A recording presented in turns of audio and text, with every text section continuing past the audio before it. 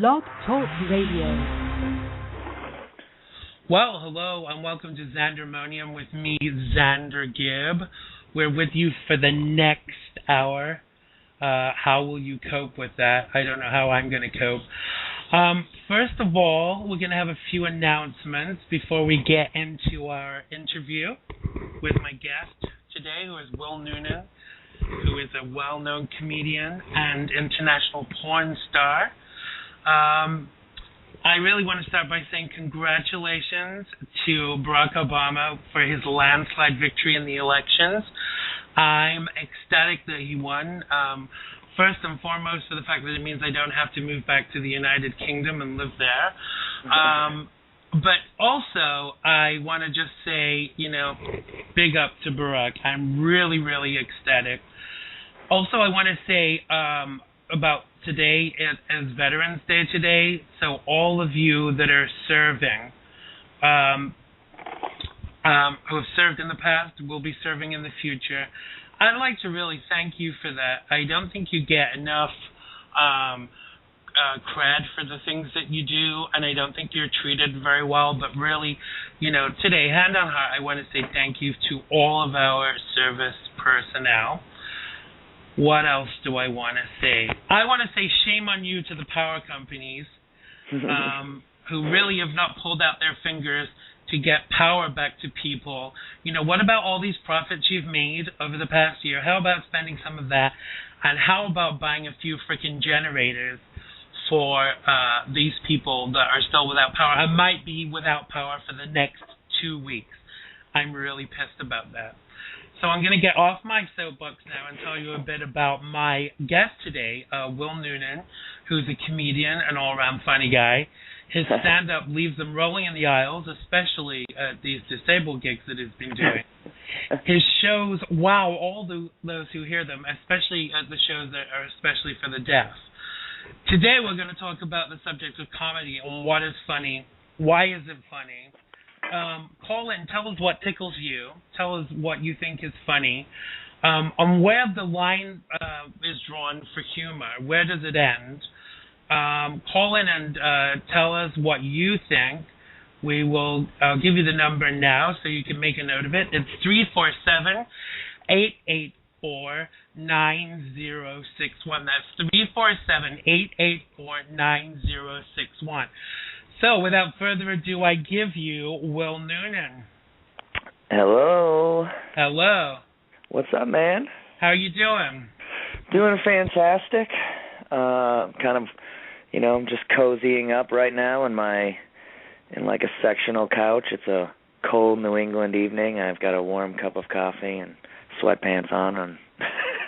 Sweatpants? You just spoiled my illusion of you totally now. No, yeah, you're wearing sweatpants. I just took off the leather chaps that I was horseback riding bareback in all day. I believe you. Yeah, that's the fantasy. I'll fulfill that. We go way back. I must have known you for about 9 or 10 years now. I first met you when we worked in a bar that we're not going to name because we don't give free advertising to certain people. We used to work together as DJs. That's right. And we also worked together on a porn film called, was it called Screw Me Gently or Hold Me Down and Screw Me Gently? I can't remember. Yeah, there wasn't much gentle about it, I'll tell you that. No, I remember I walked like a cowboy for weeks. We have known each other a very, very long time, though, when you think about it. I know. Yeah, probably almost 9 or 10 years, like you said. You knew me before I did stand-up comedy. I know. Where the hell does the time go? I know, man. And now you're a big-time comedian, and you wouldn't say that, but you have it. Well, I would. I mean, I've obviously done a bit of research about you, kind of preparing for the show, and you've got a CD out, haven't you, at the moment called Surpriso? That's right. Surpriso. So, what is the surprise? Do you get naked or? It's kind of funny that you said Surpriso first, because everyone does that, because it's not a real word. It's a word I made up, so I can't get mad when people don't pronounce it the way I just made it up to sound. But I named the album that because it was when I was recording the CD, like, in front of the crowd, randomly started talking about the Chilean miners. You remember that? When the Chilean miners were... right. And this is kind of actually on topic, because this is how soon is too soon, or how, like, is it funny to make fun of something? But my joke was that, well, I had a whole bit about it, but I had remember when they were taking them out and they had the sunglasses on, and I was like, every time they brought a Chilean miner out, it was like a little surprise party, and all the Chileans would go, surprise-o! That's actually quite funny. But yeah, just to pick up on something you just said about, how soon is too soon. Now, you and I have had, I love you and I love your humor, but you and I have had, little disagreements before about things that you've put on Twitter, and I said, no, far too soon. And it's funny how everybody's line about what's too soon and what's not too soon, that really gets blurred, and I've heard lots of comedians say, well, it's never too soon, and it's part of my job as a comedian to kind of, make light of things and laugh about things. Where do you stand on that? It's tough because, it's tough. It's all relative to the people, but comedians amongst themselves, there is zero line. I would say, it's pretty, if you were a fly on the wall for, say, 4 comedians driving a few hours in a car, you'd hear some pretty awful things, but it's all said, comedians don't take the things they say very seriously at all, so language is kind of just like this instrument that you can play around with. But then when you take that and put it in front of people who just came in from work and just want to have a laugh and stuff like that, and they're maybe dealing with something in their personal life, it's tough. I've actually kind of learned as I've been the longer I've been a comedian, I've sort of gotten more and more sensitive to that. I still don't hold back too much, but I think I hold back a little bit more than I used to. I think it's very difficult as well. Obviously, being gay, a lot of my comedy and my humor kind of centers around that, because you focus on what you know. But sometimes people say to me, "Oh, that was a bit beyond." When I've been out with friends at events and I've seen police officers and I say things to them, mostly gay shit and fun. People "Oh, you can't talk to police officers like that," And people have. That's what's tough about that, because you can't take every single thing everyone says seriously, because a lot of people are just stupid and their opinions don't deserve to be taken seriously. Right. And absolutely. I have a lot of material about gay issues, and just kind of talking about how I'm not gay, but I have gay people in my family, so it's if it runs in the family, do I have it? And it's kind of like this joke. And I've done it for gay rights fundraisers, and I've done it everywhere. It's one of my the jokes I always do, and it's funny how people interpret it kind of the way they want to hear it. Sometimes a guy will come up, will be like, "Oh, I just came out to my family, and that's so funny because that's exactly what it was like." And then you'll have another guy who's like, "Way to stick it to those gays," and it's they both heard the same joke. Yeah. And they just kind of put their own thing on it. I always find it hilarious that people say humor is relative. Obviously they've not met my relatives, or they really saying that humor is relative. I have one sister who's pretty religious, so she listens to my show, and she always says, "Oh, I hope there's not too much foul language in your show." And I'm like, "Oh yeah, you think I'm gonna vet my show just for you?" But I think if I go to someone's house and they don't swear, or they have kids, I'm quite happy not to do that. But in a forum like a bar or something like that, there shouldn't be these limitations on what we're allowed to talk about or find funny. But unfortunately, society kind of places its own bar on what is appropriate and what's not appropriate. But I do think that it's important for us to blur those boundaries, because it gets people talking about things. Yeah, and it's talking is exactly what it is. You just said it. When people go, it's relative. If you're doing a fundraiser and they're paying you to be there, and you're supposed to and it's a sort of light affair or something, it's not the time to be pushing the boundaries of what's acceptable or not. But if you're in a comedy club,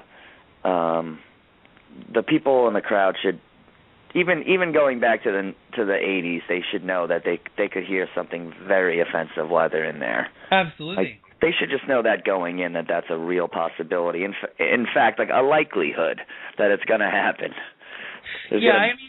I mean, I think really, if you're that concerned about certain levels of humor, then don't go to that particular place, or don't.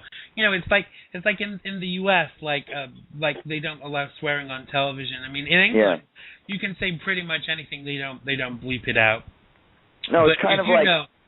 Go on. I hear it all the time from people in the audience who are sometimes after shows they either like walk out, not even on me. Sometimes they'll just do it on another. They'll walk out on another comedian, and they'll be like, "Oh, this is too much," or "I didn't know he was going to be swearing." And then I just want to be like, "What the hell did you think was going to happen here?" Then did you? A sermon on Matthew 6:26. I mean, it's like it's not church, is it?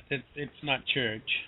No, it's like going to a gun show or some sort of marksmanship thing and being like, I didn't know there was going to be a lot of loud noises. Right.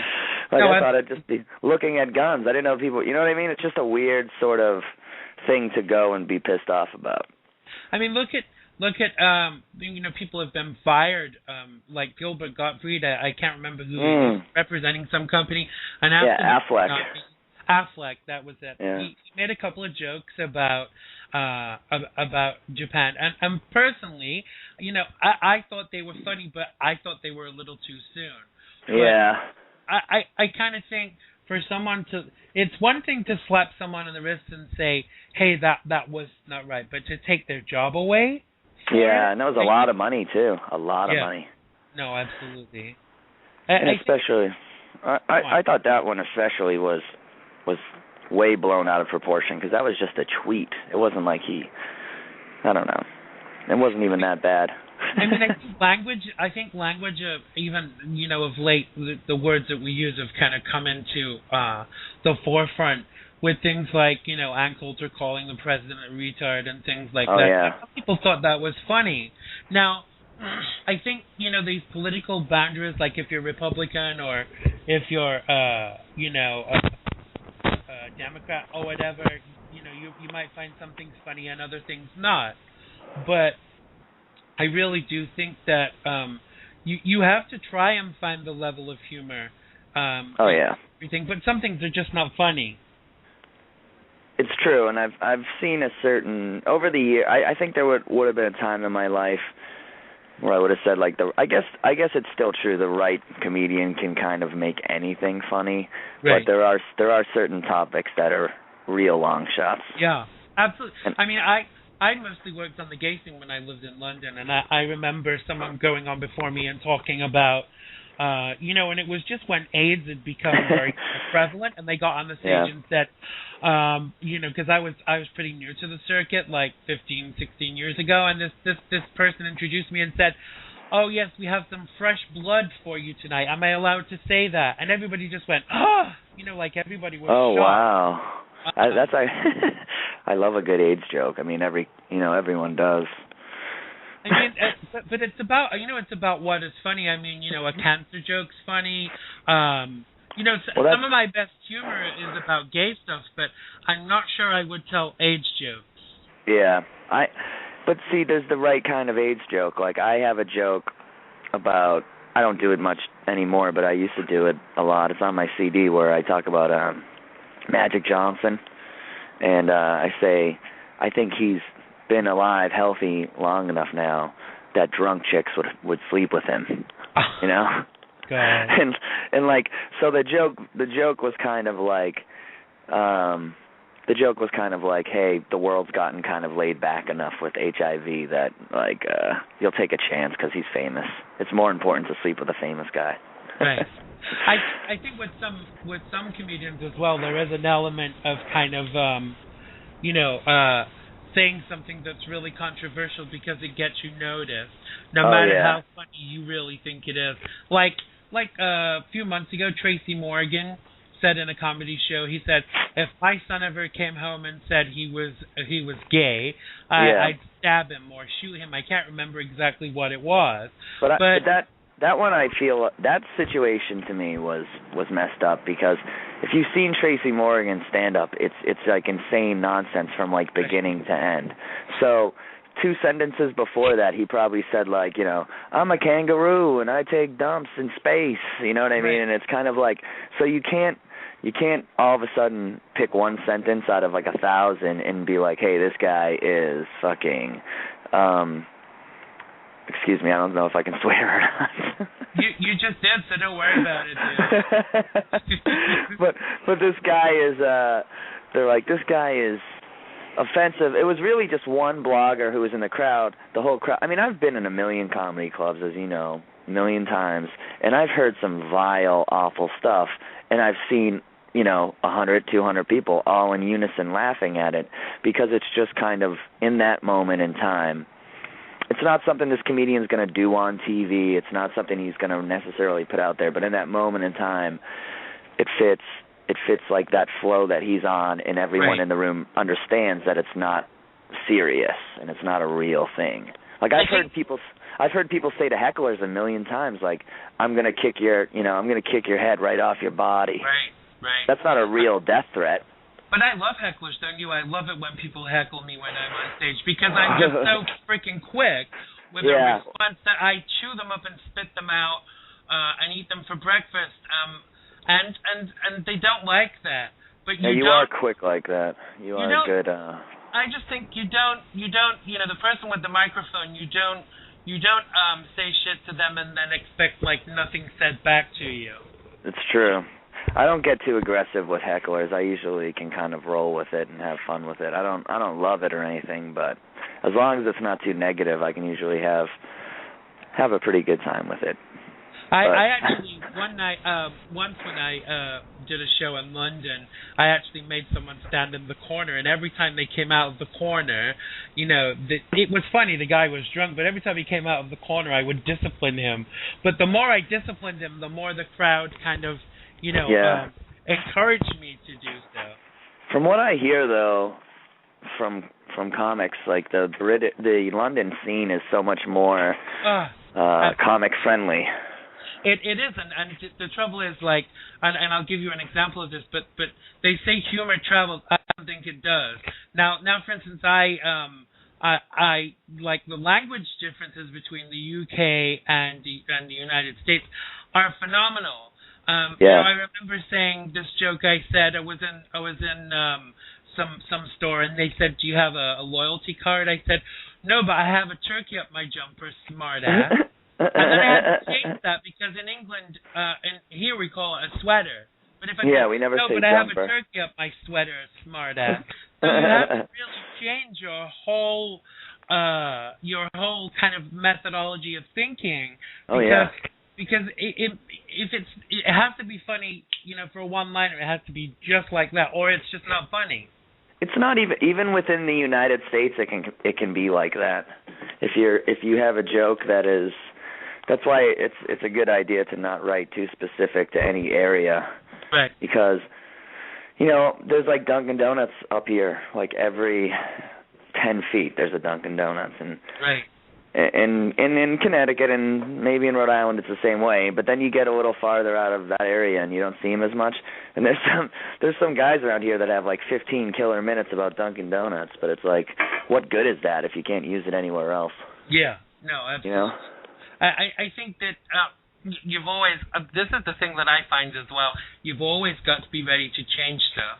And a lot of my humor is observational as well. If I'm, like, because we all get a bit nervous on stage, and if I ever get nervous, I talk about people in the bar and the bartenders, and I say that they've hit on me, or, you know, there's someone in the back that I slept with like 5 years ago, and he was crap, and things like that, which always is good filler material. Yeah. But, and for the record, I do have a Dunkin' Donuts joke. I thought you were going to say, for the record, I haven't slept with Xander. I was never in a gay porno either. I'd love to get a call from like one of my family members, like, so. Yeah, if you're doing one gay of the porn? family, call us now and tell us some embarrassing things about Will. I know, please call and tell us some embarrassing things about Will. I'm glad most people are probably so drunk from watching football all afternoon that they're passed out right now. I know. What is that about? I think it's a heterosexual pastime, because I was saying to one of my friends today on Twitter, I was saying, call in today. I really want you to call in because it will be funny. Yeah. And he said, no, I can't do that because the football's on. I'm like, you're throwing me over for football? You're so freaking heterosexual. Well, it's only once a week, so everyone's really crazy about it. My show is only once a week too, dude, I know. What the hell? What the heck? So tell me, Will, who makes you laugh? Who do you think is funny? Living, like alive right now? Yeah, well, I don't think dead people are that capable of making people laugh. I like a lot of guys who are, I'm a big fan of, comedy right now. Bill Burr is a guy. He's one of my favorite guys. Greg Fitzsimmons is one of my favorite guys. Kevin Hart, who just played Madison Square Garden last night, is one of my favorite guys. Always loved Chris Rock and Jerry Seinfeld. Me too. I just discovered a guy he's been discovered by a lot of other people, but I just had never heard him. Chad Daniels. This guy's really funny. Right. I heard him on a podcast like this one, and he was funny. So there's a lot. There's kind of a comedy boom happening right now. There's a lot of great comedy coming out. And have you found, because I've not concentrated so much on comedy here. I've done other things like the singing, the acting, all the other stuff. Did you find it was really hard for you to break into? Because I didn't hear from you for a long time, and then you were everywhere. It was like it went boom. It was like it was hard to break into, and I did it in a really weird backwards way of starting in New York and moving up here, which is usually it's usually the opposite. Yeah. But I started down there, and I think it was kind of a good it was like a boot camp almost, Right. By the time I got up here, I'd only been doing it 3 years, but I think I had a lot of experience in that 3 years. Right. So, and I think DJing is a great training ground for doing comedy, because you get to kind of flex your muscles. You get to kind of take the rise out of someone if they're not a very good singer or whatever. I mean, I'm terribly bitchy when I DJ because it's part of my persona. I can't just be the next singer is. I think if I had never done that job, I don't know if I ever would have had the. I had always wanted to be a stand-up, but I just never really thought I was cut out for it until I kind of had that job and started making jokes and stuff like that on the mic. I mean, I'm too lazy for stand-up. I even sit down on stage. I mean, seriously. Well, do you know what I like about it as opposed to, because, I was trying to be, when I met you, I was trying to do acting. I had been trying to be an actor since 2001. And what I really liked about stand-up is that you hear that? Yeah, the cops know you've got a stash of weed, so quick, they're here. They're coming for me. Empty the contents of your box down the drain. That's my great story alarm going off, because here comes a great story. No, there's a thing about stand-up that acting's so tough because you have to audition, you either have to audition or produce your own show, but either way you kind of have to rely on someone else to give you this take a chance on you, and give you some work. Whereas with stand-up, all I really wanted was to be performing on a nightly basis, and stand up even at the first. And you mean outside of the bedroom, of course? Yeah, exactly, off my webcam. Yeah. But there's even when you. Whoa. What happened? I don't know. There's some fucking. Other cops crazy outside your house? I don't know what's going on. There's. Are they going to arrest you because your comedy is bad or something? I think someone just got in I think there's I'm not even kidding. I think there's a police chase, and I think it just kind of ended with a crash nearby. Wow. Because I just heard a big crash. But anyway, the thing I liked about stand-up was that you could go out every night and do it and get better every single night and perform in front of people. I find with the acting side of things, because a lot of the roles that I play are comedic roles. I get typecast. They always cast me as the gay guy, the gay best friend, or a gay killer. So I'm really kind of doomed to play, the gay best friend who kills you. But it's weird. I used to have the same type of problem. I was always like the brooding kind of drug dealer or drug buyer. I see that. Yeah, and it was kind of like that role, auditioning over and over and over again, not getting anything. But it's funny, I never started really booking acting roles until I'd been doing stand-up for a few years. Right. And then they kind of come to you with an idea in mind. They already know a good deal about you. They already know, like they know you bring something to the table. Like I did this commercial where the script was like, Will fills the time, basically, was the script. Right. It was just a couple stage directions, and I had to do all the rest. So they kind of book you hoping you're going to be funny. Whereas, like, when you're an actor, they're always, I think it's, like, so tough to be an actor because no one wants to be that first person to just put you on a set. They're, like, afraid people are just going to melt down on set and embarrass them. And it's funny as well. I don't know if you find this, but like one of my downfalls is that I'm not very good at learning the scripts because most of my stuff is like improvised shit. Yeah. So the stuff I end up doing on set is kind of funnier than what they've written, and they normally just kind of go with that. Unless you've got some asshole director who's like, "This is my artistic vision, and I just want it to be so." But mostly, I get to do my own thing. But I've been doing a lot of teleprompter stuff lately, which is a weird thing. Yeah. I did a course in London on how to read a teleprompter and stuff, and you can get these like mini programs on the computer, like a teleprompter, like how to read a reel, and I always find it, you have to read it twice almost, even if you've written it, you have to read it twice to kind of just like that says what, It's one of those things where if you're doing it on a daily basis or a weekly basis, it gets to be easy. But if you don't do it for a while, like I was doing a internet show where I was doing it every week for a couple hours, and I was getting good at it. And then I didn't do it for like 6-7 months, and I got a commercial where I had to read prompter, and it was like I had never done it before. Wow. Yeah, it was funny too because the guy was like, the director kept going, "Haven't you done this before?" So tell me, have you? I know the elections have just finished, and Barack Obama won. Thank God. Yeah. Did you get a lot of comedy fodder from the elections? I don't really do anything about politics in my act. Really? No, I don't have any political stuff. Because I do perform in like both communities. I do a lot of gigs in very hip liberal, kind of city rooms like Cambridge, Mass. and stuff. But I also do a lot of gigs in like muddy parking lots. I'm also like We've heard. I'm not in the parking lot. I'm obviously in the bar, but like when I pull into a gig and the parking lot is like dusty and there's nothing but pickup trucks, I'm like, oh boy, here we go, So, like, I don't mind. They're good shows and everything like that, but I'm just saying, if I went in there and started being like, I don't even talk about politics out loud a lot in my life that often.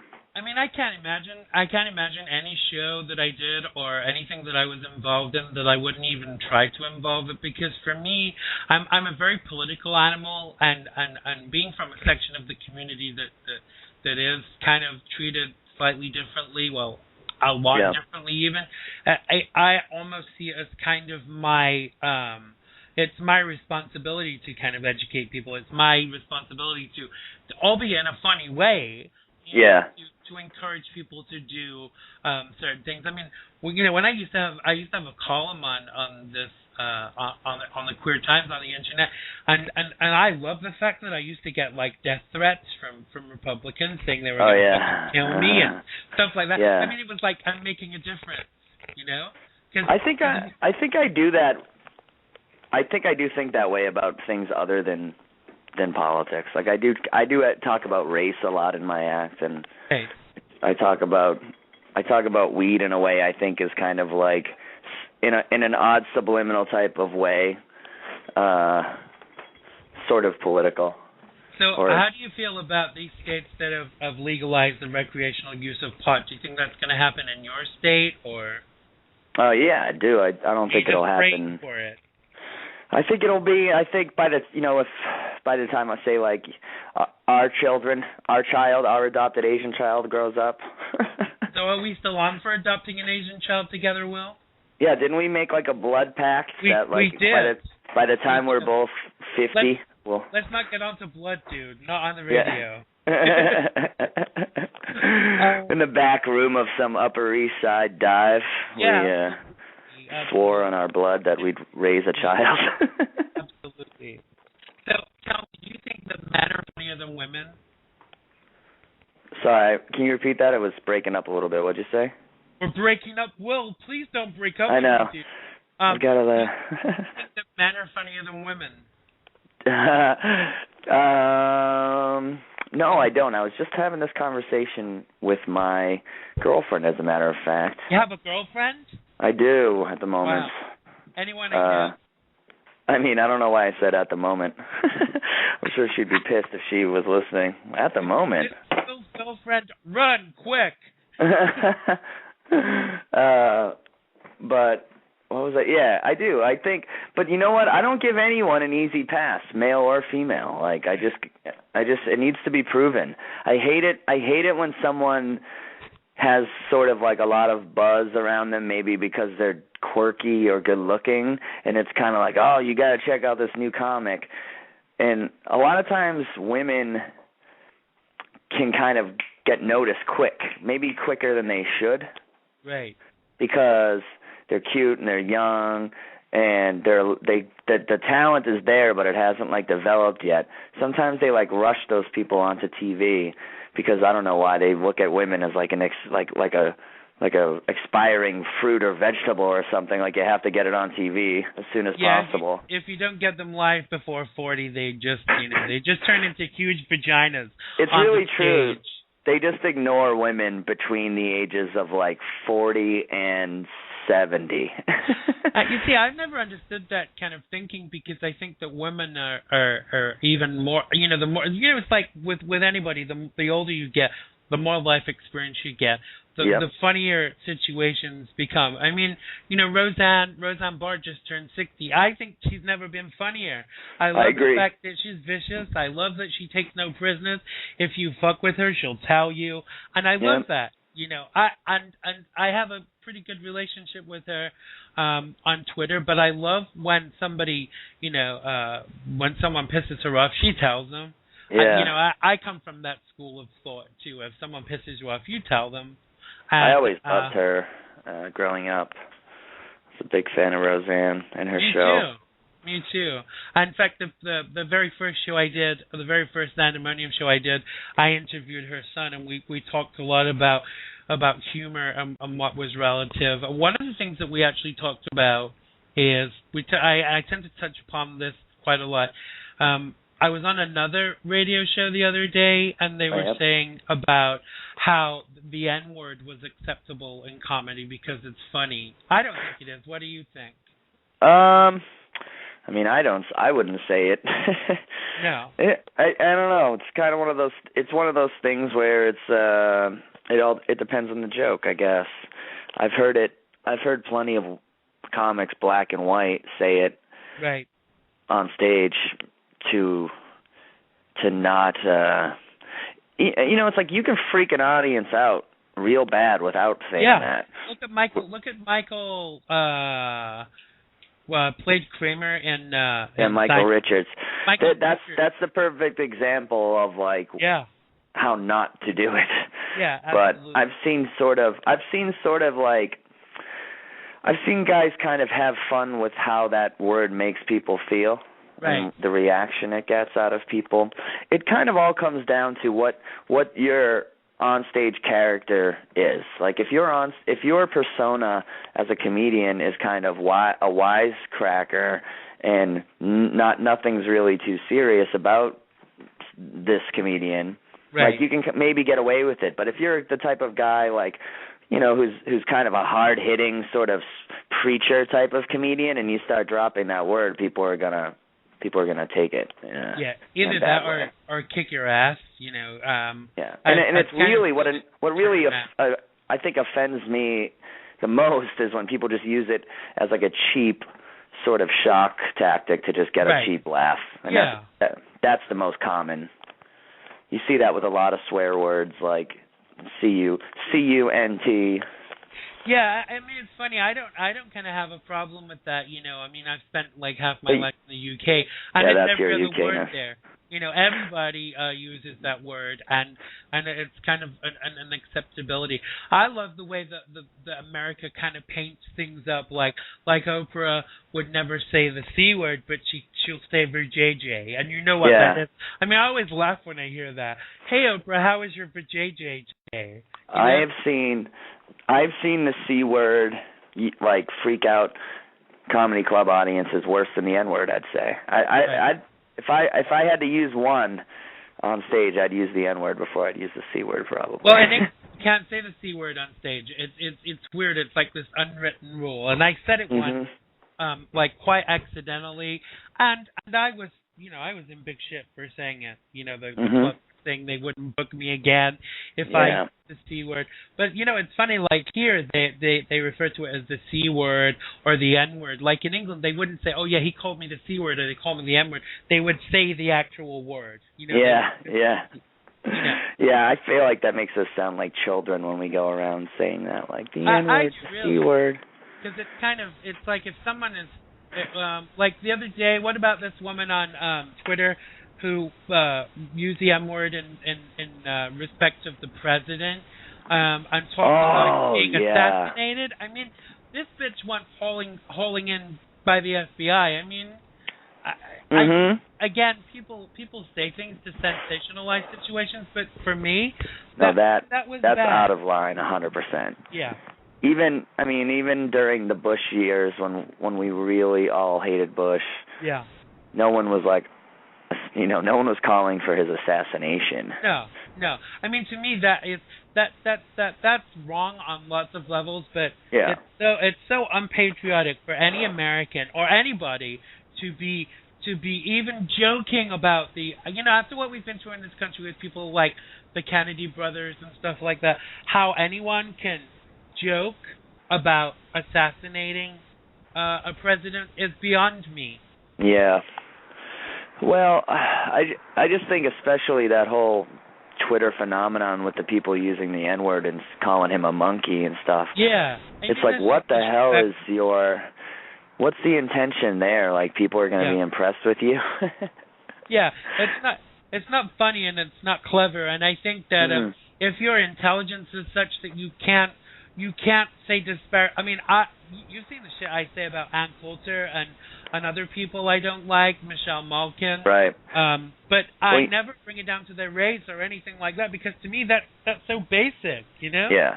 Oh, I do. I mean, I do like to joke about race and talk about race, but in the way that people really think about it and act like it. Like, we're like barfly type people. When you're in a bar, it's always like, especially in Manhattan, it's always like everyone's from somewhere different and a different race, and it kind of becomes this thing where you almost forget the whole world's not like that, and you start to get comfortable just talking openly about, well, I'm black, you're white. Like, here's the difference between that experience.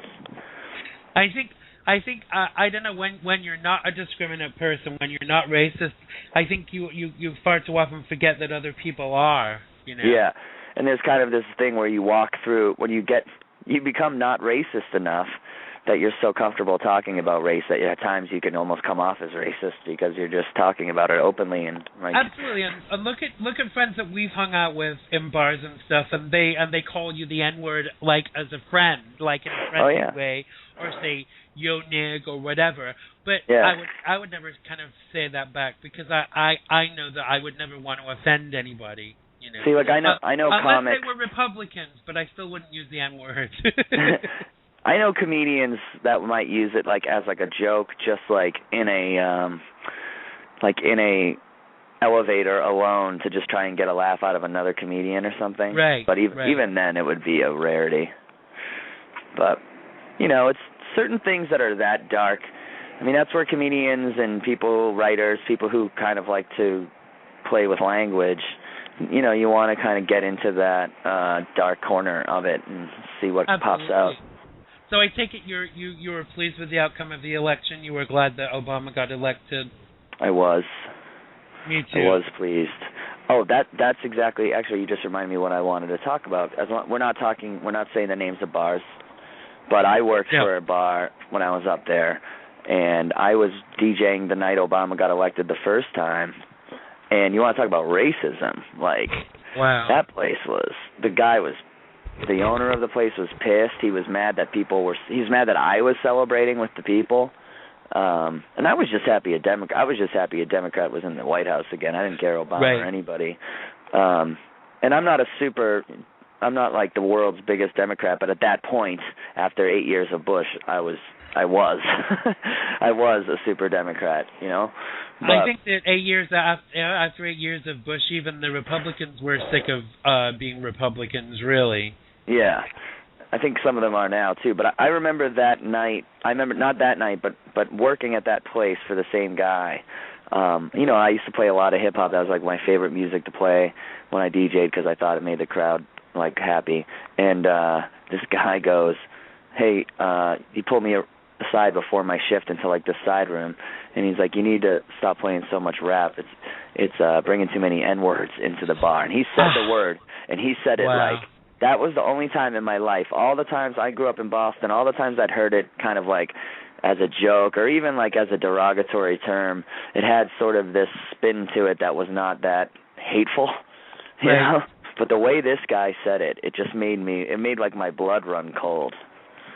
I don't know. I find it very, you know, I can't even be in a room with people and them saying that kind of thing and not say something about it.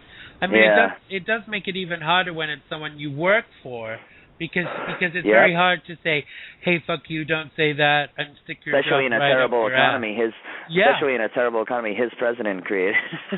Yeah, I know, right? But you know, for me, I don't think in the year 2012 it should make a difference what your skin color is. If the criteria to do the job is X, Y, and Z, and you can do X, Y, and Z, then surely that is enough. Yep, I agree. I used to always say, money's green. Like, who cares?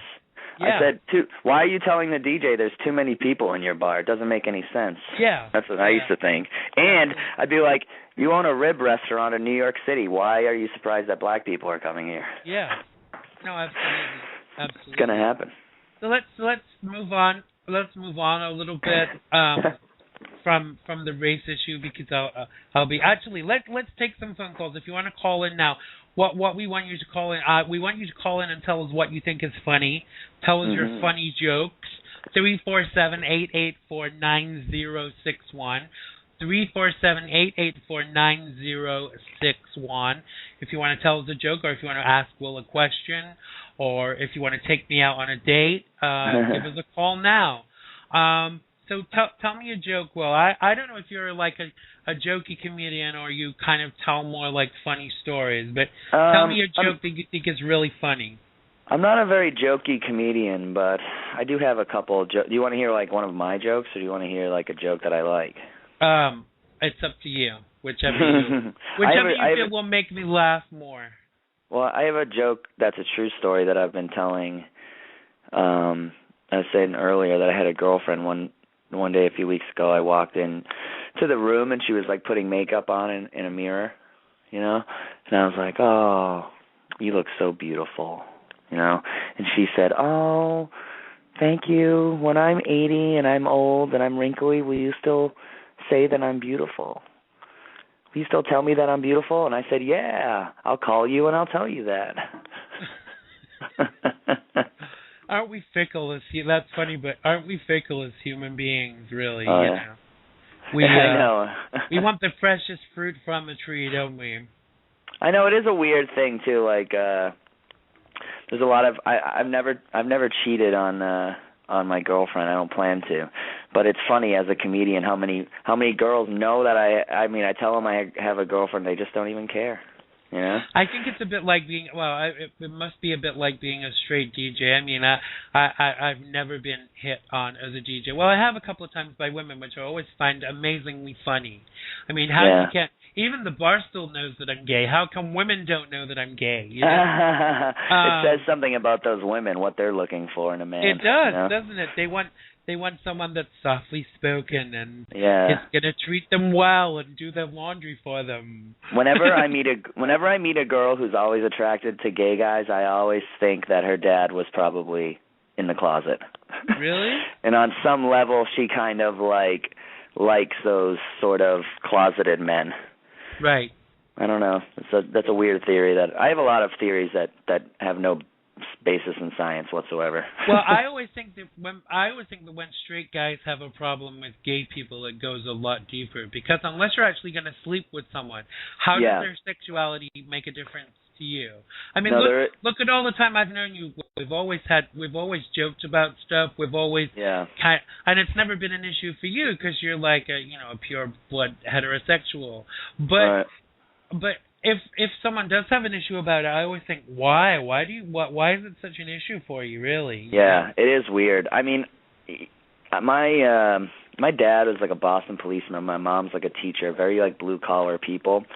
But we went to Provincetown every summer for vacation for a week, and it was like we were around gay people for as long as I can remember, and it was always just kind of like, just a sect of society. And there was a lot of like drag queens down there, so I think that was like that was actually kind of my first, how children kind of think. Your first blowjob, is that what you're trying to tell us, Will? I was 5 and I paid $8.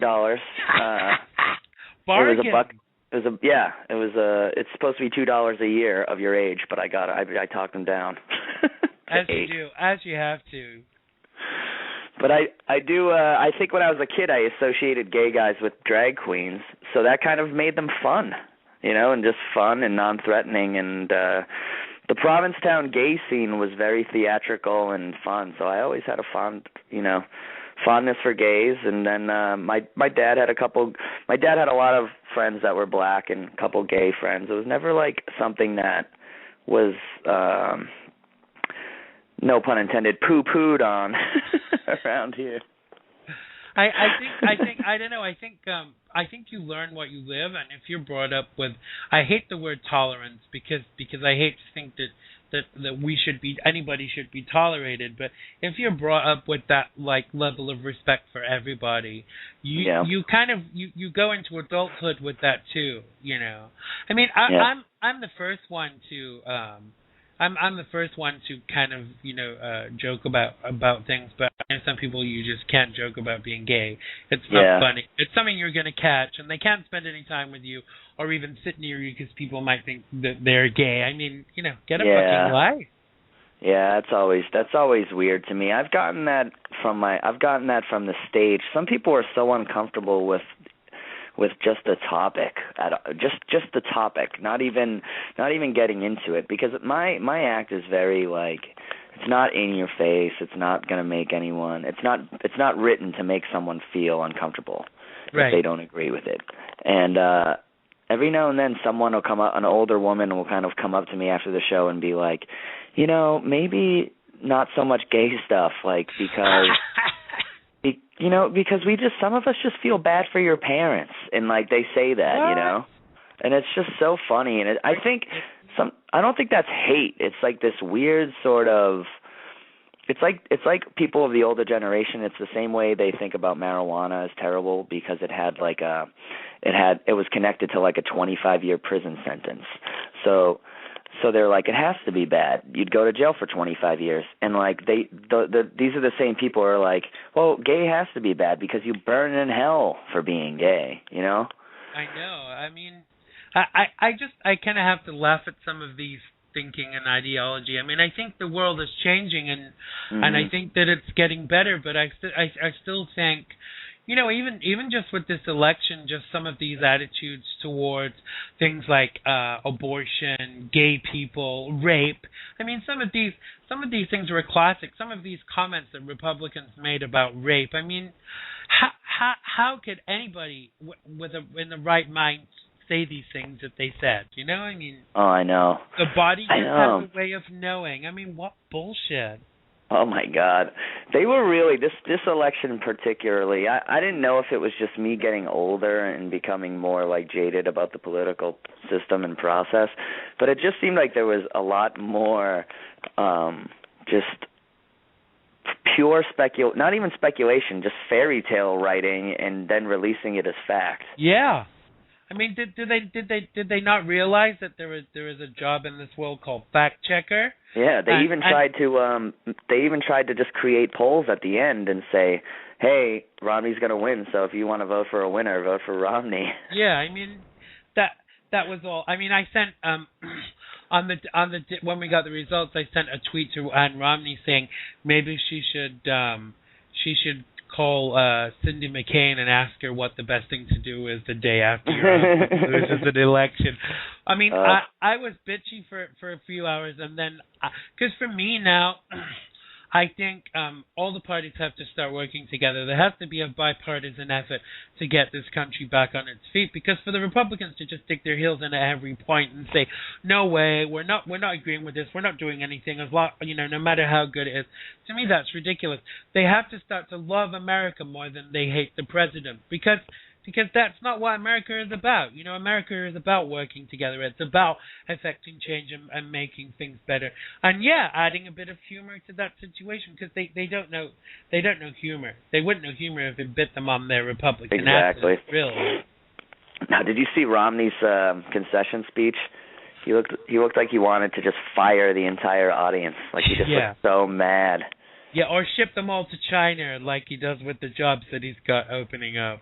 I think that's how they lost it this time. The Republican Party leadership and the actual people who are their actual constituency, the voters, they don't like the people that represent them anymore. They talk down to them and they treat them like morons. Yeah. And they try and scare them. And I think they've actually wised up, the actual real Republicans out there. It's really funny you should say that, because a lot of friends of mine who are Republican have actually said they would far rather vote for Obama than to have voted for Romney with all his crazy ideologies. And I don't blame that on him being a Mormon. I blame it on him being a moron, basically. That may have, that's true, and that may have been a bad choice for them though, because it's like you're going for Christians, but even a lot of Christians don't even like Mormons. No, no, absolutely. I mean, or at least wary of them. We're supposed to have like a separation of church and state. I mean, we saw with Bush. Bush always was talking about he prayed about this and he felt that it didn't sit right with God. Now, I believe in God. I'm a pretty spiritual person. But if your job calls for you to make decisions on facts and not faith, then you have to put the faith aside and actually make the decision on the facts, and not make decisions based upon religiosity, because that cuts out a lot of the population. Oh yeah, and this is serious stuff. Like if I were, about to go in for heart surgery and the doctor told me he was going to go pray to God about how to do it, I'd want another doctor, Yeah. I believe in God too. I'm not an atheist or anything, but at certain times, it's not appropriate. Oh, we have a call, Will. Let's see who this is. Hello, caller. I'm looking for Big Bad Will Noonan. Hey, this is him right here. Will Noonan, this is Jimmy Noonan from New York City, baby. Hey, what's up, man? How are you? Are you guys related? No, but Jimmy's a way bigger star than me, so this is like a good get for your radio show. Nothing. Come on. So tell us, Jimmy, what do you think is funny? Tell us something that will make us laugh. Oh my God. Well, I'll tell you, I bounce when I'm not doing high-end security. I bounce in clubs. Right. And I had this kid was pinching ass in the club the other night, and the report came through my earphone that this kid was pinching ass and that I should go look at it. And sure enough, this kid's standing right in front of me, and he pinches this girl's ass. So I hook him up and I take him outside. And this guy's half my size, and he's screaming at me. And I realized at that point that he and I haven't talked to him. He hasn't heard me talk. So I remember Marley Matlin in Children of a Lesser God, like doing sign language. So I started doing sign language to this kid. And this kid says, "Oh, man, are you kidding me? You can't even talk. You took me out of the club?" So I got 400 people online outside. I got bouncers, and I'm doing sign language to this kid and screaming at him in sign language. And Wow. and I turned around and everybody was laughing. This kid was pissed, and then I told him to go screw off, and then he got really pissed. That's about the funniest story I can tell in the whole world. That's awesome. How do you emphasize? Do you just make everything bigger in sign language? Well, yeah, just bigger and do weird moves with your fingers, and then all of a sudden, like, I put my hand in front of my mouth and I open it, I open it real loud, because that's what I think she used to do with William Hurt in Children of the Lesser God. When she was screaming at him, she'd throw her hand open. I think she did it with Donald Trump too. Will knows American Sign, don't you, Will? Will knows how to say balls deep in American Sign Language. Absolutely. Yeah, I know how to say it in every language just in case. You know? What's going on with you guys? You guys are on like some kind of fancy radio? I guess so. Oh, we're on very fancy radio. We're on Blog Talk Radio on the XANDERMONIUM show. On the XANDERMONIUM show, cool. No, not Pandemonium, XANDERMONIUM. Oh, I got it. And you're live right now on the air. On the air. Cool. Yeah, Jimmy does radio all the time. He's like a hilarious... I do once in a while. Yeah, man. I do once in a while. I'm still doing some movie work. Yeah, how's everything going? What do you got going on? I just did something out in Los Angeles called the guy Kurt Sutter who did Sons of Anarchy. He did this show called Outlaw Empires about all the great the great bad guy organizations in America, the Mob and Bloods and Crips, and of course they did the Aryan Nation, and in prison I played the head of the Aryan Nation. So I got to run around prison and scream at people. It was kind of cool. That is cool, man. Yeah, and getting big black guys' faces and tell them how I was going to take them out on the yard and slice them up and stuff like that. Oh, wonderful. Meanwhile, I was afraid of everybody, you know what I mean? But hey, shit happens, Did you shoot that in in a real prison? We actually did in downtown. It's closed now. A real jail in downtown Los Angeles has been there for like 80, 90 years, and apparently the place is haunted, and it's really spooky place. It was kind of cool. They still haven't paid me, though. I didn't get a check yet, and it's only been a couple of months, Isn't that the way with show business? And they make you wait for 3 freaking months for your money. What I want to know is why don't they give you interest for that 3 months when it would have been sitting in your bank account? Yeah, and they would have killed you if you were 5 minutes late to that thing, too. Yeah, and then exactly. Well, it was non-union work, so technically speaking, I'm outing myself. I shouldn't have been doing it anyway. But you know what? You can't hold a guy up from working. We all got to pay the rent, Hey, the IRS listens to this show, Jimmy. You know that, don't you? What's that? The IRS listen to my show. Yeah. Hey, they can't even... Trust me, they know where to find me. They know where I am. The CIA can't even keep their own philandering a secret anymore, so they're not going to... So, not going to do anything about us. Do you have any embarrassing stories about Will that you can share with us? No, I don't know Will that well, to tell you the truth. We're both Noonans, and he's a big shot in the comedy business, and I'm in the security business and the acting biz, and that's how we know each other. We kind of break each other's chops or support each other, one or the other, on Facebook every once in a while. But if he's a Noonan, I can guarantee he's good people. Absolutely, that's absolutely right. I can attest to that. He is good people. Well, Jimmy, thank you for your call. My pleasure. I just wanted to say hey to Will and whoever you are, young man, and God bless. One and only Xander Gibb. Stanford Gibb? No, Xander Gibb. Oh, okay. Are you one of the Bee Gees? They're distant cousins. Do you wish you were one of the Bee Gees? Because I always wanted to be a Bee Gee. No. I sing, but I'm a better singer than the Bee Gees. But what you doing? You're back in your bed? Yeah, you should be dancing now. Don't sing anymore because we'll have to pay to the copyright people. Listen, thanks for the call, Jimmy. You have a fabulous God bless, day. guys. Take care. Jim, good job, Jimmy, Will. thanks for calling, man. It was great to talk to you. Talk to you soon. Wow. Hey, that's what a big character. Star. He's in that movie. You ever seen the movie Super Troopers? No, I haven't. And it's funny that we were talking politics because his sister, Peggy Noonan, she's a big Republican pundit, and she used to write speeches. No, she used to write speeches for Ronald Reagan. Ronald McDonald. But I didn't bring it up because I know, I don't think she likes it when he talks about her and stuff, so I didn't want to try and get him to do it. You should have brought it up then. I would have done. So come on, who else dares call in? 347-884-9061. 347-884-9061. That was a good call. 9061. I know. Stanford Gibb. I was on a radio the other day and they were calling me Xander. It was like, it's like only Hicks would call you Xander. So come on, who's going to call in and speak to us? 347-884-9061. So tell everybody out there, Will, where they can find you. I know you're on Twitter and Facebook.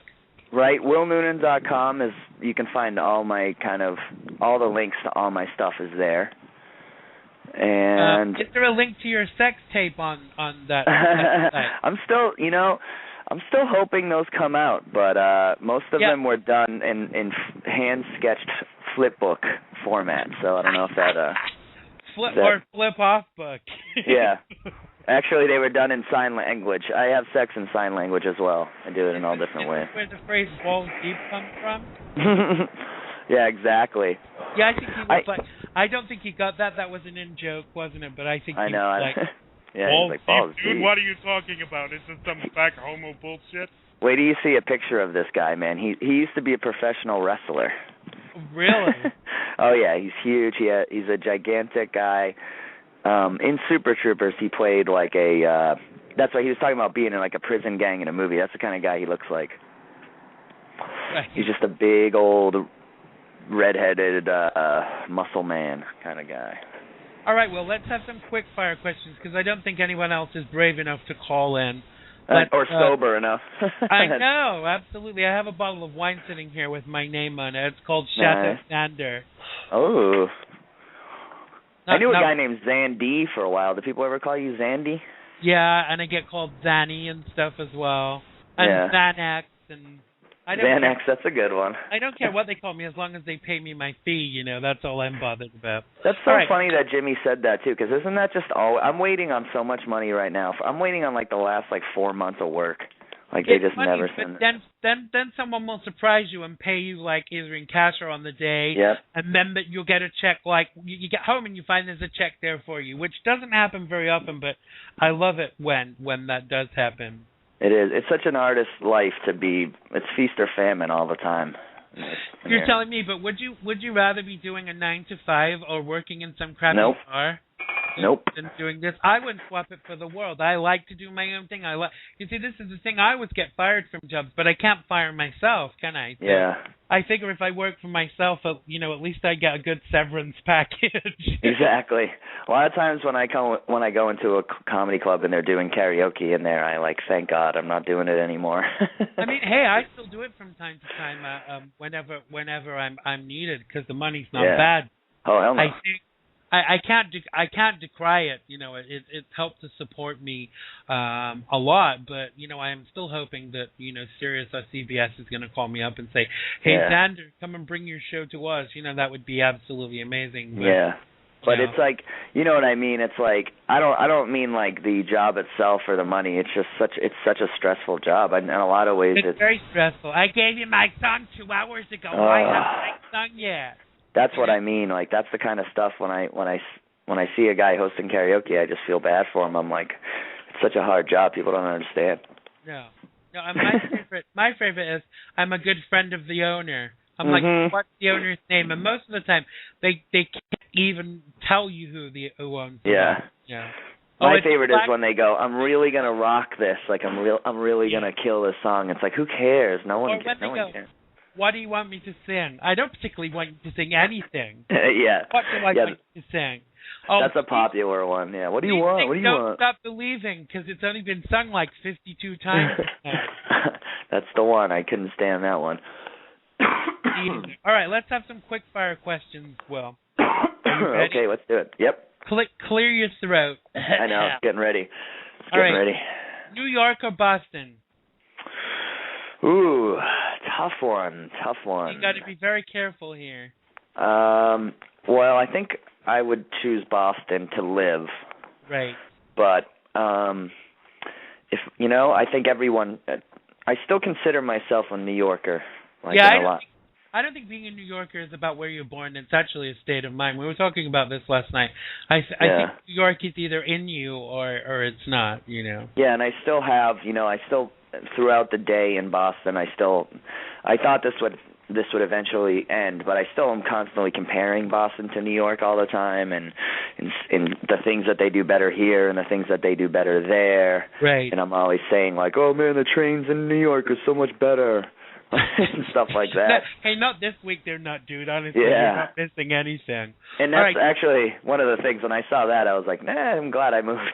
Oh, you did with this hurricane. You didn't miss anything. I think it's really sad. I know this is supposed to be quick fire questions, just a little sidebar.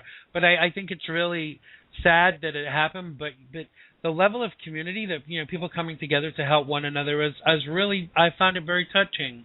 Yeah, New York is great like that. I mean, I was there for 9/11, 2 blackouts, and that transit strike, and people are very good at coming together. Absolutely. During tough times. Absolutely. Right. Okay, let's go back to the quickfire. Chicken or fish? Chicken. Weed or Coke? Weed, no question about it on that one. That is Coffee, easy. Fresh or instant? Oh, fresh. I hate instant coffee. What about funniest dish to you while on stage? Jeez.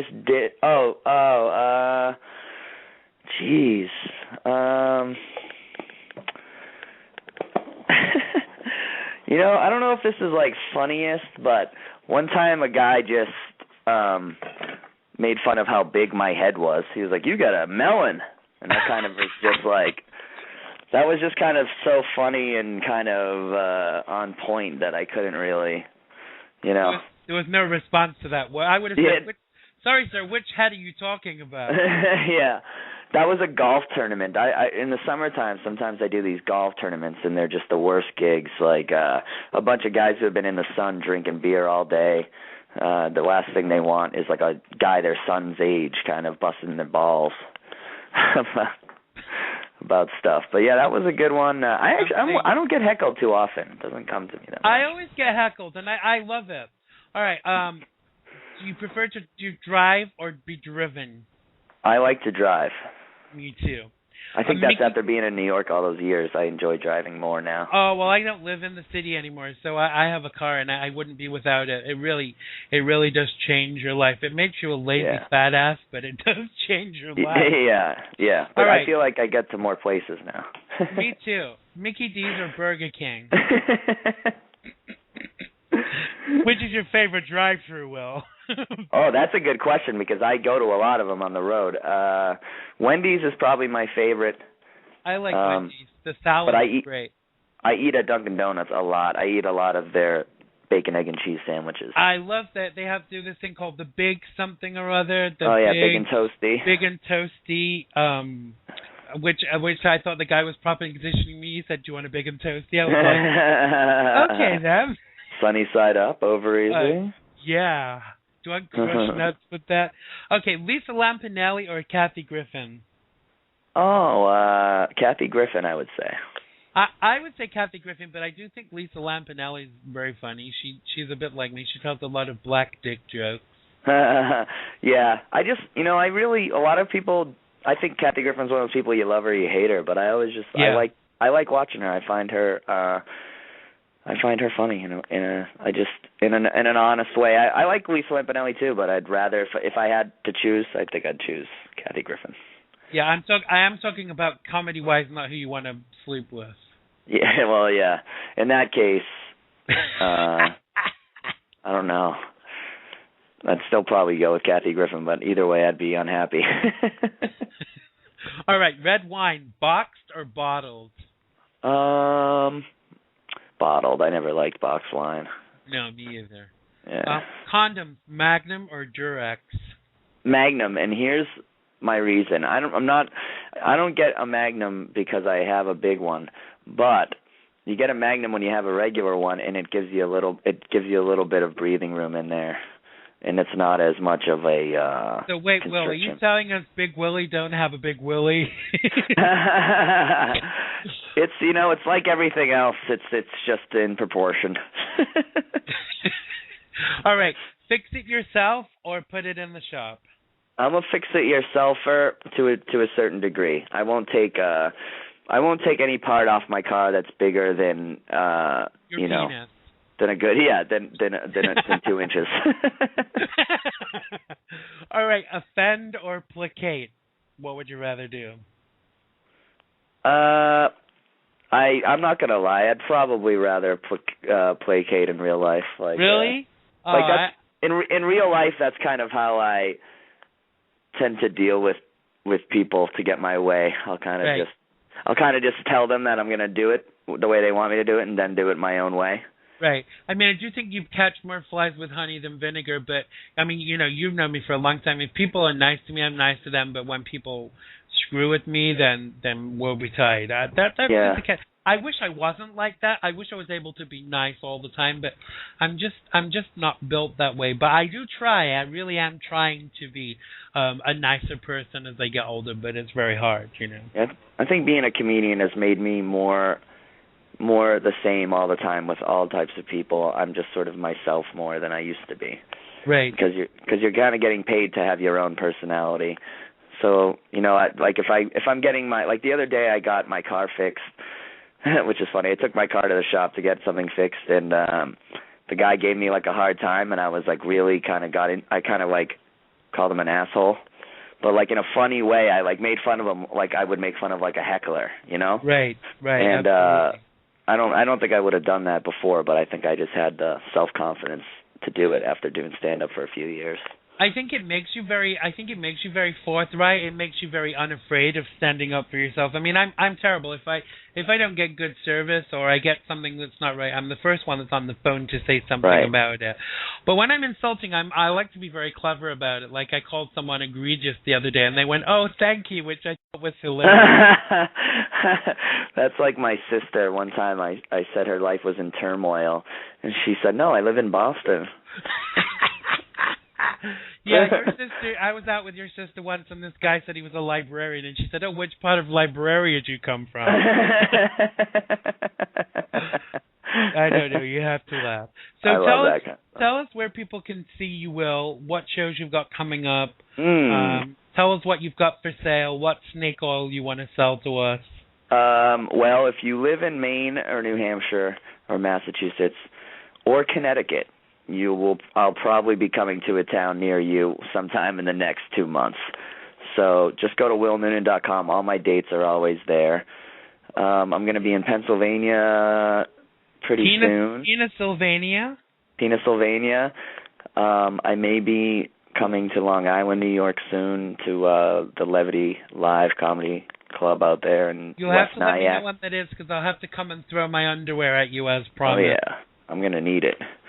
Because I always go through a lot of underwear on the road, and and I got my CD and podcast, which are both on iTunes. So you can always check that stuff out. I'd really like it, and you can request me on Sirius XM. I've been getting a lot of radio play on there lately, so I'm excited about that. Cool. Yeah, but willnoonan.com is, the home for all things. Everything we need to know about you on willnoonan.com.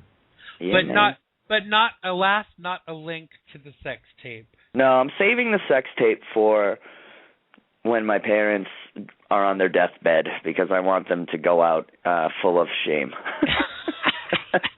On that note, Will, I think we'll end the interview. Your parents have my condolences. Thanks so much. It's been great chatting with you. Yeah, it was awesome, man. It's great to talk to you for so long. Yeah, and definitely. Just hear your voice again. You have to come on again at Absolutely. some point. And then I'll do the show. Oh, you're so disgusting. Well, listen, thank you so much, Will. It's been great talking to you. Great talking to you too, man. I'll talk to you soon. Thank you very much. Bye. Well, that was my first live show, my interview with Boston's own Will Noonan even. You can catch this show after on Blog Talk Radio, the recorded version, and YouTube also. Thanks to Jimmy for calling in, and the rest of you. Shame on you for not calling. Please go on your internet after the show is over and lobby your senators and governors and get them to put some pressure on the power companies to get people power again. And I will see you at the same time next week, 5 till 6 p.m. Eastern Time, 2 p.m. to 3 p.m. Pacific Time, and 10 till 11 UK Time.